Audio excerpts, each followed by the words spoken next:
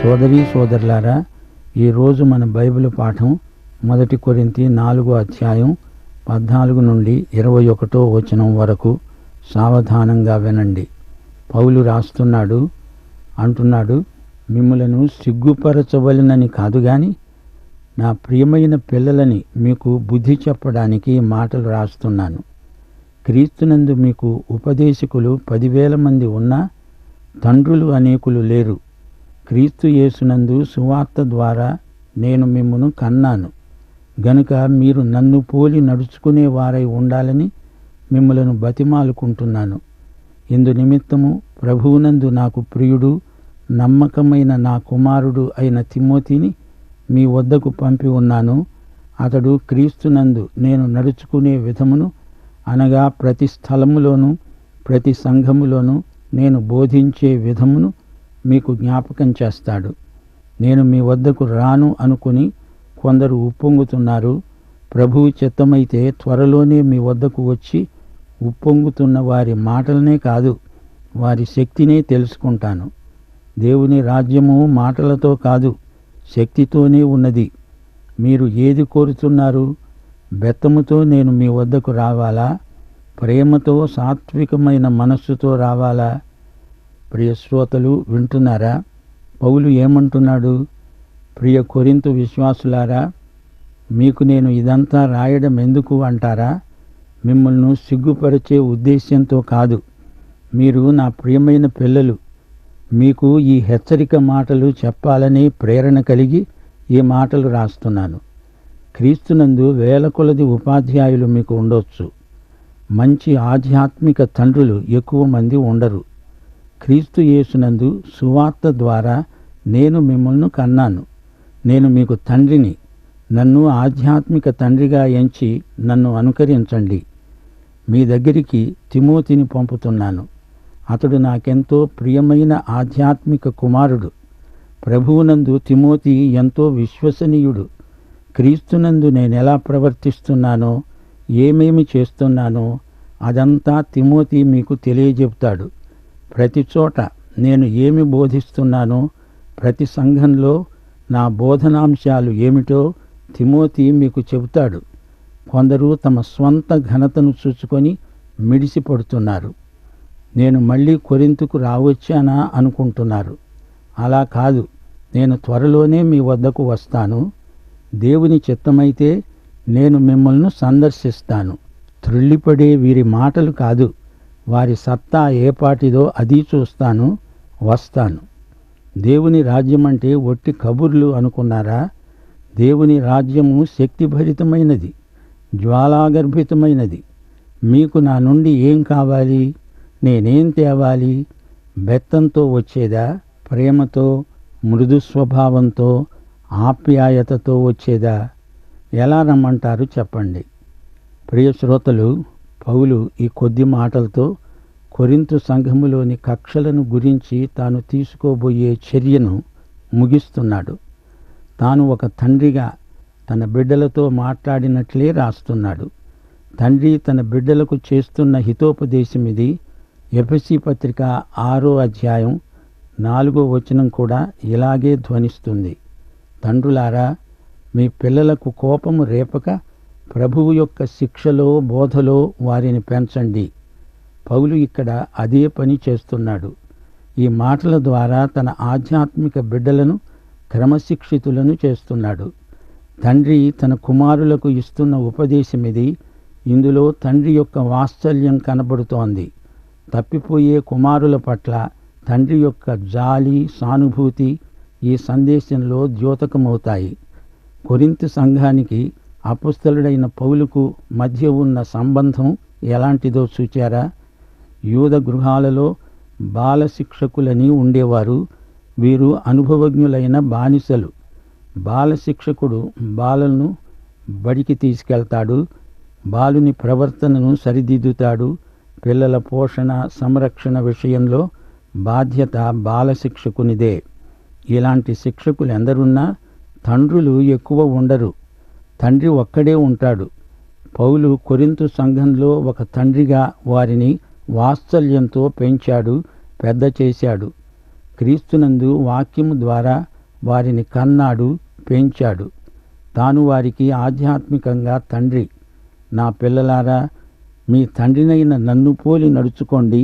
నేను చెప్పినట్లు, నేను చేసినట్లు మీరు చెయ్యాలి. మీ ఆధ్యాత్మిక తండ్రిని మీరు ఈ విధంగా సన్మానించాలి, సత్కరించాలి. విశ్వాసమందు నన్ను అనుకరించండి అంటూ వారికి హితవు చెబుతున్నాడు. నేను మీ వద్దకు తిమోతిని పంపుతున్నాను. నా పద్ధతులను, విధానాలను తిమోతి మీకు జ్ఞాపకం చేస్తాడు. నా పిల్లలారా, మీరు చేసిన ఈ తప్పులు తిరుగుబాటు అని నేను అనుకోను. మీరు నా పద్ధతులను మరిచిపోయారు. అందుకే ఇదంతా మీకు జ్ఞాపకం చేయడానికి తిమోతిని మీ వద్దకు పంపాలని నేను నిర్ణయించుకున్నాను. అవును, మరచిపోవటం మానవ స్వభావం. మనం చాలాసార్లు మన ప్రభువును మరిచిపోవడం చేత తప్పులు దొర్లుతాయి. ఆధ్యాత్మిక విషయాలలో మతిమరుపు వల్ల మనకెంతో నష్టం వాటిల్లుతుంది. మనలో ఉన్న పరిశుద్ధాత్మ గొప్ప ఆదరణకర్త. యోహాను సువార్త 16వ అధ్యాయం 14వ వచనంలో ప్రభు అన్నాడు, పరిశుద్ధాత్మ నా వాటిలోనివి తీసుకొని మీకు తెలియచేస్తాడు. యోహాను సువార్త 14వ అధ్యాయం 25, 26 వచనాలు. ఆదరణకర్త అనగా తండ్రి నా నామమున పంపబోయే పరిశుద్ధాత్మ సమస్తమును మీకు బోధించి నేను మీతో చెప్పిన సంగతులన్నిటినీ మీకు జ్ఞాపకం చేస్తాడు. అనగా పరిశుద్ధాత్మ మనలో ఉన్న గొప్ప జ్ఞాపకకర్త. అలాగే తిమోతి కొరింథు సంఘానికి పంపబడి పౌలు పద్ధతులు వారికి జ్ఞాపకం చేస్తున్నాడు. ప్రభువు బల్ల వద్ద మాత్రమే కాదు, సర్వకాల సర్వావస్థల్లో మనం మన ప్రభువును జ్ఞాపకం చేసుకుంటూ ఉండాలి. తిమోతిని పంపుతున్నాను అంటే నేను రావటం లేదు అని అనుకోవద్దు. నేను తప్పకుండా వస్తాను అంటున్నాడు పౌలు. తాను వెళ్ళి పరిస్థితులు ఎలా ఉన్నవో పరీక్షిస్తాడు. కొరింథు విశ్వాసులు ఎక్కువ మాట్లాడతారు. వారి మాటలు కాదు, చేతల్లో వారి వాలకం ఎలాంటిదో ఇట్టే తెలిసిపోతుంది. ఫలాన్ని బట్టి చెట్టు ఎలాంటిదో ప్రజలే నిర్ణయిస్తారు. 1000 మాటల కంటే ఒక విశ్వాసి చేసిన గొప్ప క్రియ చాలు. విశ్వాసమందు పౌలు ఒక తండ్రిగా వారికి హితబోధ చేస్తున్నాడు. క్రైస్తవ ఉద్యమం కేవలం నోటి మాటలు కాదు. వారి ప్రవర్తనలో, వారి దైనందిన చర్యల్లో అందరికీ తెలిసేటట్లు దాపరికం లేకుండా బ్రతకటమే క్రైస్తవం. పౌలు అంటున్నాడు, నేను మీ వద్దకు వస్తాను. సరే, ఎలా రావాలి? మిమ్మలను క్రమశిక్షణలో పెట్టడానికి బెత్తంతో రమ్మంటారా, లేక మీతో ప్రేమ సహవాసంలో కొంత సమయం గడపడానికి రమ్మంటారా? మీరే కోరుకోండి అంటున్నాడు. పౌలు రాసిన ఉత్తరాలన్నిటిలో ఆయన ప్రేమ ప్రతి మాటలో ఉట్టిపడుతుంది. పౌలుకు తన ఆధ్యాత్మిక పిల్లలంటే ఎంతో ప్రేమ ఉంది నిజమే గాని అది గుడ్డి ప్రేమ కాదు. ప్రేమ కలిగి సత్యం చెప్పాలి అని పౌలే మరో సందర్భంలో అన్నాడు. కటువుగా మాట్లాడినా అందులో ప్రేమ ఉంది. తన బిడ్డల ప్రవర్తనను సరిదిద్దే ప్రయత్నం, వారి క్షేమమే పౌలు ధ్యేయం. యేసు ప్రభువుకు కలిగిన మనస్సే పౌలుకు ఉంది. కొందరు తండ్రులు పిల్లలు తప్పు చేస్తే వారిని అదే పనిగా తిట్టి కొట్టి వారిని మరీ చెడగొడతారు. పౌలు అలా కాదు, ప్రేమతో ఆప్యాయంగా వారిని బుజ్జగించి వారి నిజస్థితిని వారు గుర్తించేటట్లు చేయాలని తాపత్రయపడుతున్నాడు. మాటలు గాయపరుస్తాయి గాని వెంటనే ఆ గాయాలను కడిగి కట్టుకడతాడు. ఇది పౌలీయ విధానం. అందుకే ఆయన పత్రికల్లో యేసు ప్రేమ అడుగడుగునా ద్యోతకమవుతుంది. కొరింథు సంఘంలో మనస్పర్ధలున్నాయి. కక్షలు, కార్పణ్యాలు మరీ ఎక్కువవుతున్నాయి. పార్టీ మనస్తత్వం వారిలో రెచ్చిపోయింది. నాయకుల పేరు చెప్పుకొని ఒకరిని మించి ఒకరు తగాదాలకు, కయ్యాలకు కాలుదువ్వుతున్నారు. ఈ ధోరణిని అరికట్టే ప్రయత్నంలో ఉన్నాడు అపోస్తలుడైన పౌలు. 5, 6 అధ్యాయాలలో మరికొన్ని సమస్యలను పౌలు ఎత్తి చూపుతున్నాడు. సోదరీ సోదరులారా, వింటున్నారా? పౌలు సువార్తను ప్రకటించడానికి ఎంతో శ్రమపడ్డాడు. అహర్నిశలు ప్రార్థనలో కన్నీరు కార్చాడు. చిన్నాసియాలో అంతటా తిరిగి ప్రతి చోట సువార్త ప్రకటించాడు. శక్తి వంచన లేకుండా కృషి చేశాడు. యూదులు యూదేతరులు అనే భేదం లేకుండా అందరూ సువార్త విన్నారు.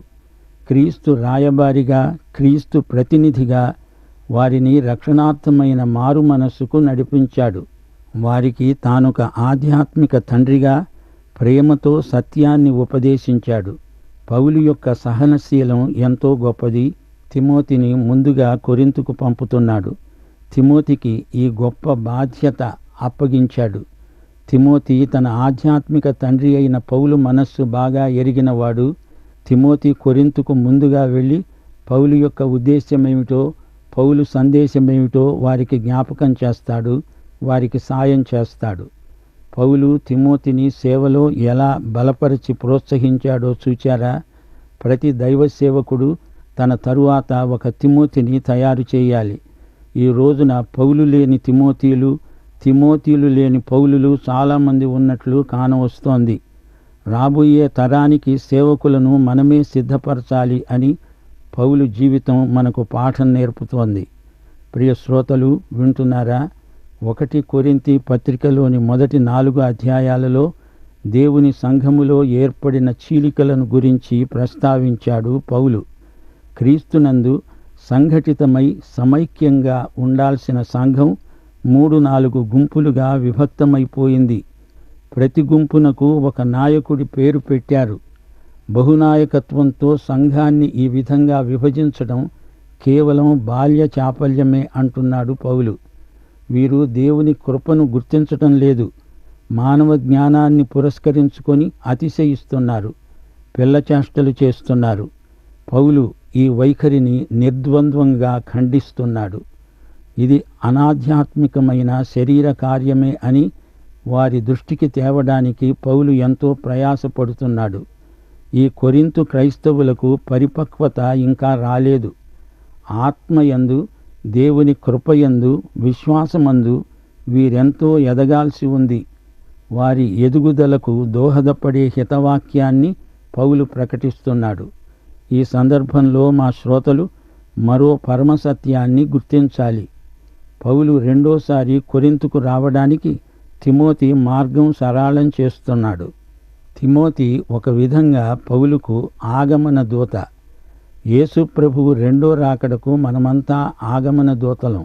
ప్రభువు మొదటి రాకడకు బాప్తిస్మకుడైన యోహాను ఆగమన దూత. ఈ పాఠంలో 20వ వచనంలో పౌలు దేవుని రాజ్యాన్ని పేర్కొన్నాడు. దేవుని రాజ్యము మాటలతో కాదు, దేవుని శక్తితోనే ఉన్నది. దేవుని రాజ్య పరిచర్య, సేవ సూచనలతో, మహత్కార్యములతో కూడినది. అద్భుతాలు జరుగుతాయి. దేవుని సంఘం రాజ్య సువార్తను ప్రకటించాలి. సకల జనములకు సువార్త ప్రకటించబడినప్పుడే అంతం వస్తుంది. సమయమనక అసమయమనక సువార్త ప్రకటిస్తూనే ఉండాలి. ఇది యేసు ప్రభువు వారి ఆజ్ఞ. ఎంతో భారంతో ఈ సలహా ఇస్తున్నాడు అపొస్తలుడైన పౌలు. కఠినమైన మాటలు పలికి మిమ్మల్ని నొప్పించాలని గాని, మిమ్మలను సిగ్గుపరచాలని గాని ఉద్దేశించిన వాణ్ణి కాను. మీరు నా ప్రియమైన పిల్లలు. తండ్రి పిల్లలకు బుద్ధి చెప్పాలి గదా. కేవలం ఇది ఉపదేశం మాత్రం కాదు, తండ్రి పిల్లలకు నేర్పదలుచుకున్న ప్రవర్తన నియమావళి.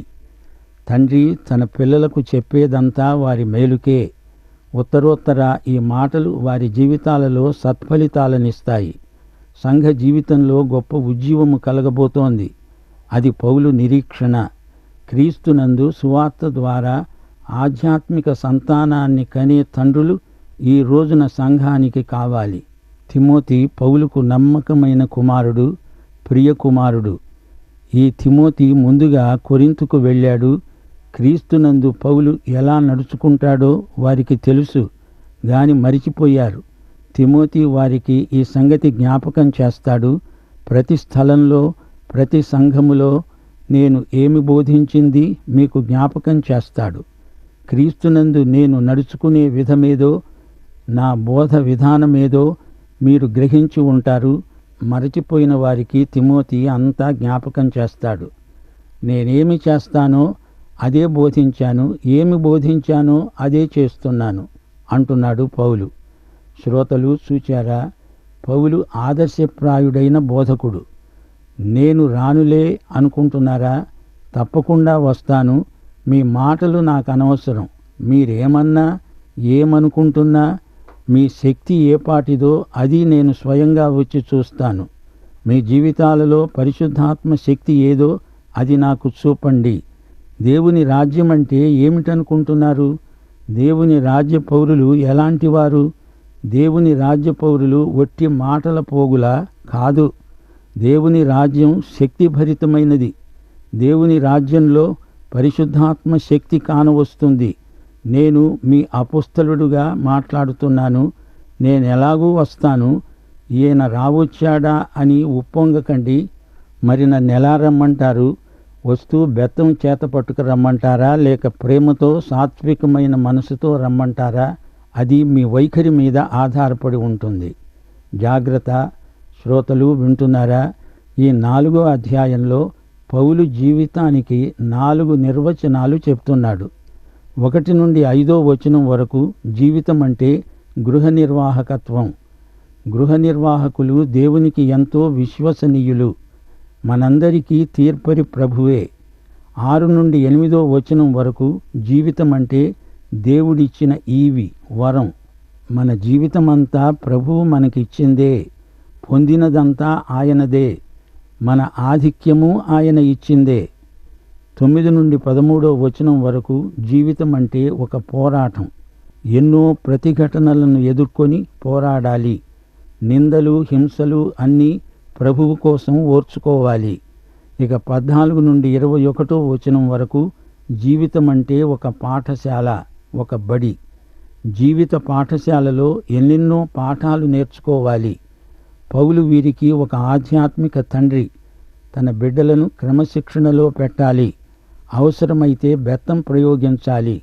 తన బిడ్డలు గుణపడాలి. తన పరలోకపు తండ్రి అనేక చేతులను, స్వరాలను వాడి మనలను సరిచేస్తాడు. మన ప్రవర్తనను చక్కదిద్దుతాడు. మనము యేసు శిష్యులం. ఆయన బడిలో క్రమశిక్షితులం. విద్యార్థులం మాత్రమే కాదు, అంతకు మించి ఆయన శిష్యులం. విద్యార్థి పాఠాలు మాత్రమే నేర్చుకుంటాడు గాని శిష్యుడు గురువునే నేర్చుకుంటాడు. శ్రోతలు మరిచిపోకండి. జీవితం గృహ నిర్వాహకత్వం. జీవితం దేవుని ఈవి. జీవితం ఒక పోరాటం. జీవితం ఒక బడి. ఈ 4వ అధ్యాయంలో పౌలు కఠినంగా మాట్లాడాడు అంటే అది తండ్రి మనస్సు.